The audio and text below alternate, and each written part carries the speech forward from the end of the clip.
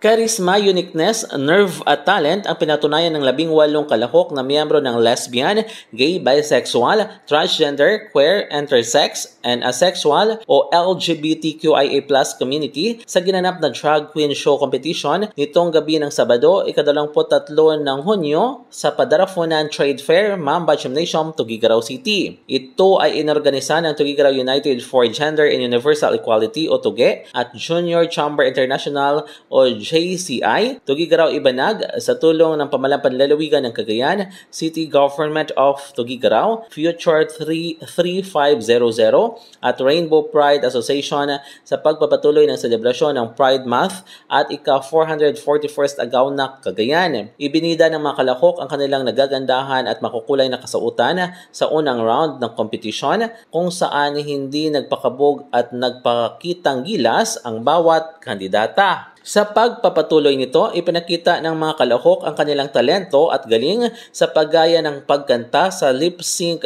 for Your Life Battle kung saan bubunot sila ng kantang kanilang ililip sync upang makapwesto sa top 5. Sa huling yugto ng kompetisyon, itinanghal bilang kampiyon si Chantel Carag o Shanti de Rapsa habang nakuha naman ni Steve Luzada o Adriana Montgomore. Ikatlong pwesto naman kay Nine Randy o Marina Summers, habang pumesto naman sa pang-apat at pang-5 sina Adriatico o Zizi Erica at Chloe Ika Lagman o Softy Binibini. Kasabay ng drag show ay mayroon ding inihandog na libreng HIV test at screening para sa mga miyembro ng LGBTQIA+ community at sa lahat ng gustong magpakonsulta. Kaugnay rito, nagpasalamat si Christian Cabalza, presidente ng TUGE at pangunahing organizer ang lahat ng sumuporta sa event.